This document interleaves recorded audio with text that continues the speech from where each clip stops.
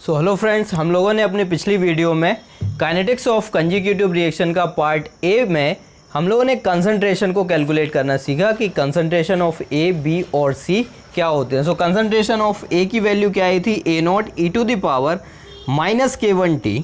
B की value आई थी K1 A naught K2 minus K1 e to the power minus K1 t minus e to the power minus K2 T.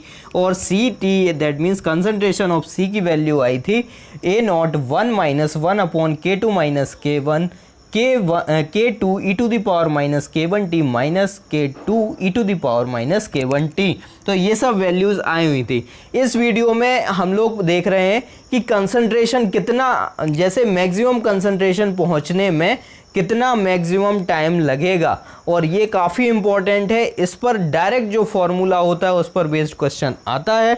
तो हम लोगों को एक, आप लोग क्वेश्चन नोट करिए। क्वेश्चन है कि find the time for which intermediate will attain its maximum concentration. Intermediate अपना मैक्सिमम कंसंट्रेशन जिस पर अटेन कर रहा है वो मैक्सिमम टाइम हम लोगों को कैलकुलेट करना है। सो इंटरमीडिएट क्या था हमारे पास, रिएक्शन थी ए से बी और बी से सी।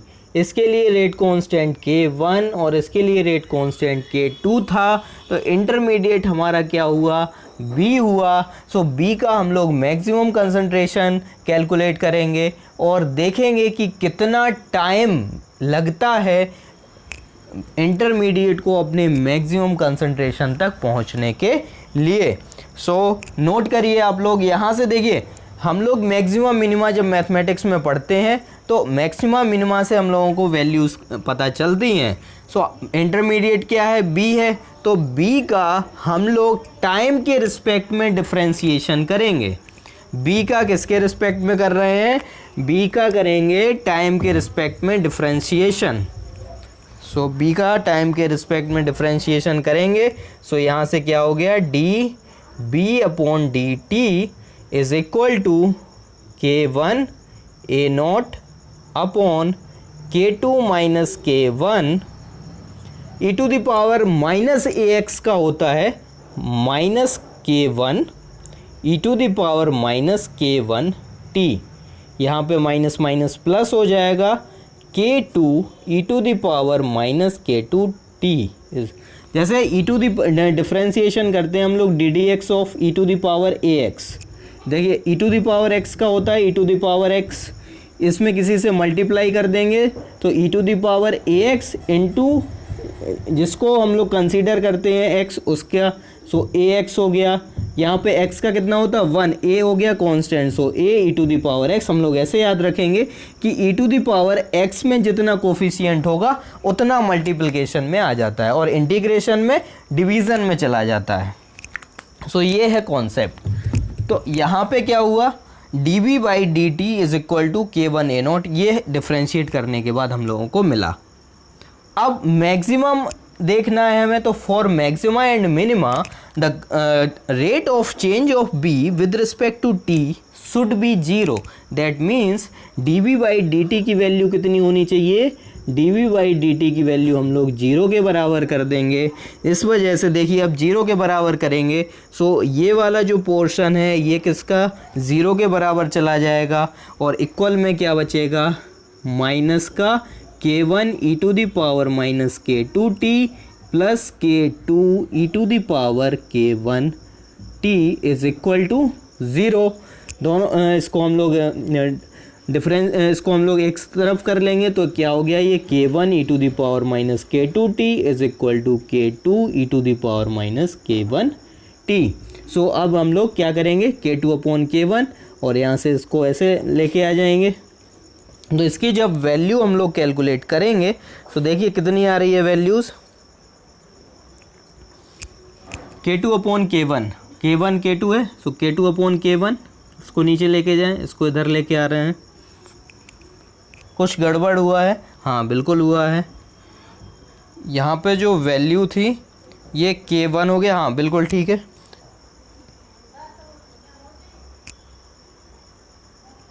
अब K2 अपॉन K1 कर देंगे, सो ये हो गया K2 upon K1 is equal to K2 upon K1। इसको नीचे लेके आए, इसको इधर पे लेके आएंगे, ये K1 था, सॉरी यहाँ पे K1 था, इसे यही गड़बड़ हो रहा था।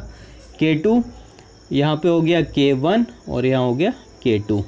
सो K2 अपॉन K1 इसको नीचे लेके आएंगे, सो ये हो जाएगा e to the power minus K1t है upon e to the power minus का K2t है। अब इसको ऊपर लेके जाएंगे तो ये पॉजिटिव हो जाएगा। So K2 upon K1 is equal to e to the power K2 minus K1t हो गया। लोन ले लेंगे, सो लोन मतलब ln K2 upon K1 is equal to लोन e to the power x होता है, e to the power x का x आ जाएगा। सो ये हो गया K2 माइनस K1t। अब यहाँ से जो t हम लोगों को मिल रहा है वो t मैक्स मिलेगा, क्योंकि जब हम लोग इसका डबल डिफरेंशिएशन करेंगे तो ये जो वैल्यू आएगी वो नेगेटिव आएगी, और जब डबल डिफरेंशिएशन नेगेटिव आता है तो उसके करस्पॉन्डिंग हम लोग जो वैल्यू कैलकुलेट करते हैं वो हम लोगों को मैक्सिमम मिलती है। सो यहाँ से हम लोग t को t मैक्स लिख लेंगे। t max is equal to हो जाएगा 1 upon K2 minus K1 ln K2 upon K1। So ये हो गया टी मैक्स। डायरेक्ट फार्मूला अगर हम लोगों को याद है तो क्वेश्चन हम लोग आसानी से कर सकते हैं।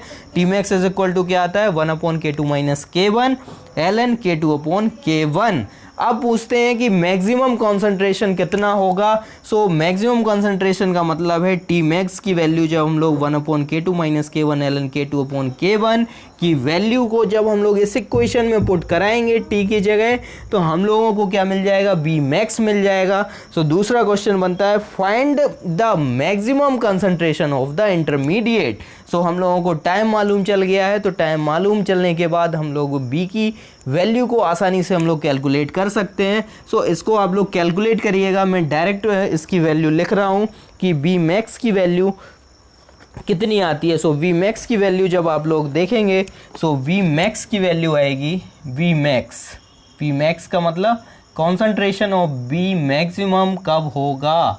सो ये हो जाएगा K1 अपॉन K2 और K1 ये हो जाएगा, फॉर्मूला लिख रहे हैं K2 माइनस K1 A0। ये डायरेक्ट फार्मूला आप लोगों को याद होना चाहिए, ये डायरेक्ट फार्मूला याद होना चाहिए। V max is equal to K1 upon K2 the power K2 upon K2 minus K1 A0। So ये वैल्यू हो जाएगी वी मैक्स की, और ये हो गया टी मैक्स का वैल्यू। अब यहाँ से काफ़ी इंपॉर्टेंट चीज़ स्टार्ट हो रही है। देखिए टी मैक्स भी आ गया, वी मैक्स आ गया, हमारे पास बी का कॉन्सेंट्रेशन भी है, और ए के कॉन्सेंट्रेशन को हम लोग अपनी पिछली वीडियो में कैलकुलेट कर चुके हैं। तो यहाँ से अब आप लोग देखिए टी मैक्स आ गया, इसको नोट कर लीजिए, काफ़ी इंपॉर्टेंट है। T max 1 upon K2 minus K1 ln K2 upon K1। सो काफ़ी इंपॉर्टेंट है ये। वी मैक्स भी हो गया। अब यहाँ से देखिए हमारे पास बी का कॉन्सेंट्रेशन है। सो कुछ पॉइंट्स आ रहे हैं, उसमें हम लोग अब ग्राफिकल रिप्रेजेंटेशन देख रहे हैं। ग्राफिकल रिप्रेजेंटेशन इंपॉर्टेंट है, आप लोग जब देखेंगे क्वेश्चन तो आसानी से हो जाएंगे। ग्राफिकल रिप्रेजेंटेशन हेडिंग डालिए, ग्राफिकल रिप्रेजेंटेशन। ग्राफिकल रिप्रेजेंटेशन में हमारे पास जो कॉन्सेंट्रेशन ए का आया था, a t is equal to क्या आया था, A0 e to the power minus K1 t. कौन सी रिएक्शन के लिए, फॉर ए से बी और बी से सी के लिए। ए से बी के लिए रेट कांस्टेंट K1 है और बी से सी के लिए रेट कांस्टेंट क्या है, K2 है। सो इसके लिए AT की वैल्यू है, BT की वैल्यू भी है।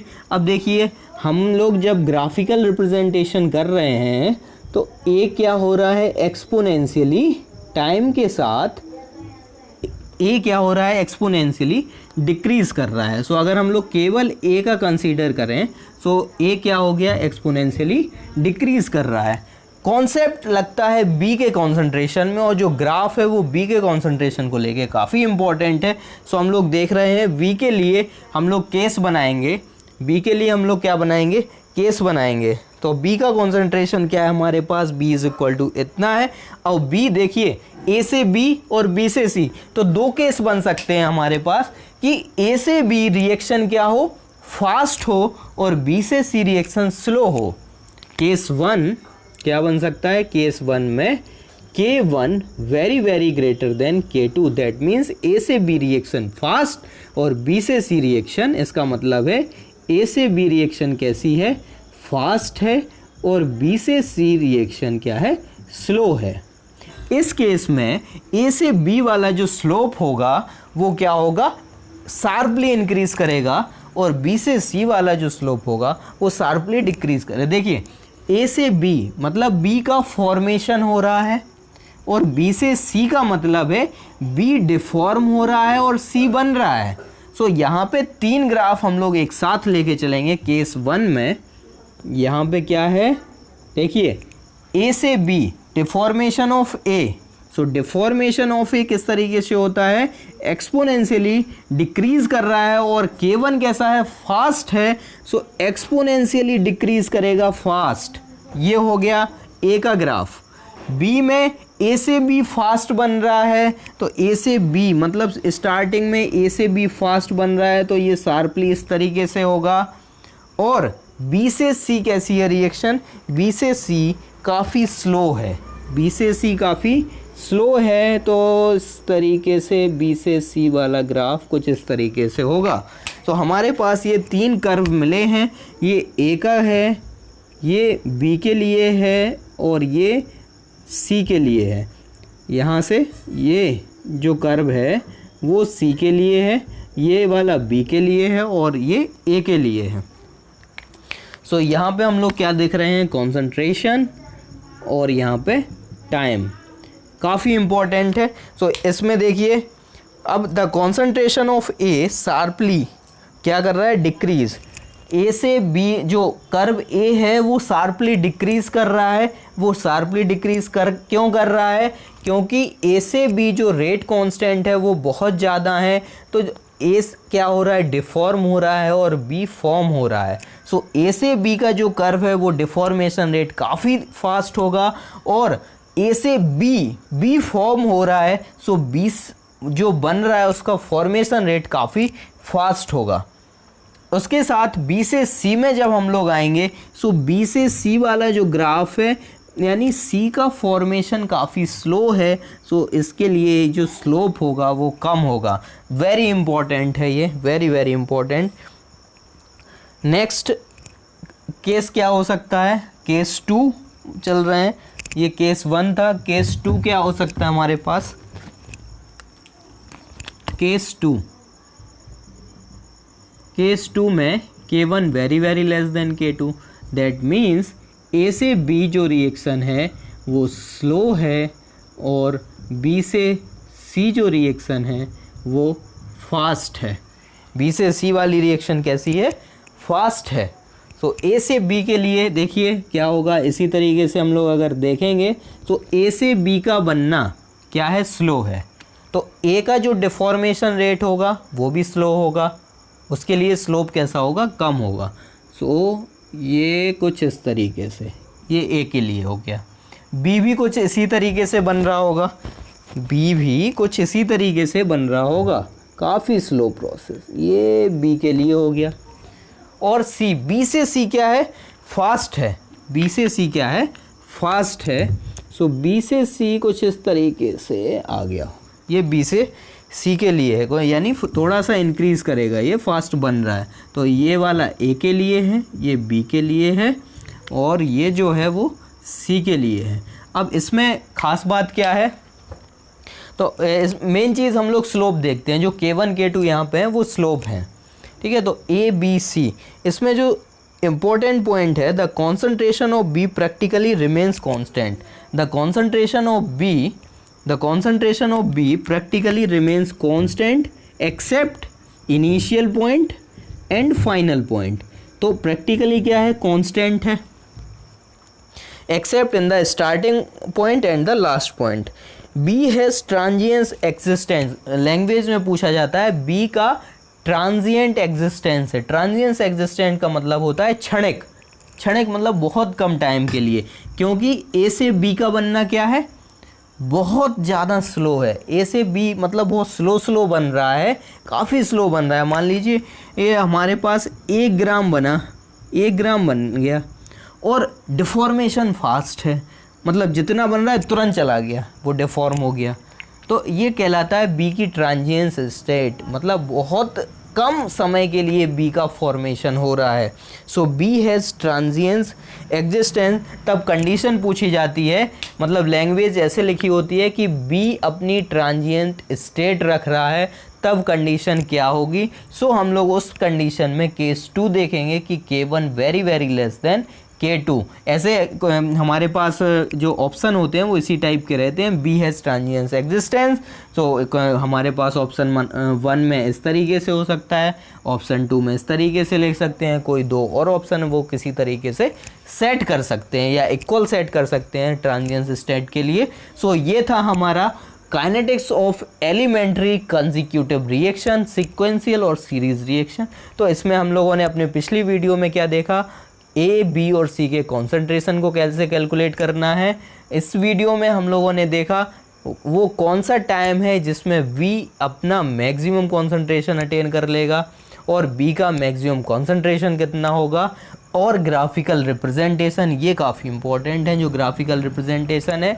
और बात आई लास्ट में कि बी हैज़ ट्रांजिएंस स्टेट, तो उसकी का केस क्या होगा, तो केस होगा K1 very very less than K2। बात समझ में आई।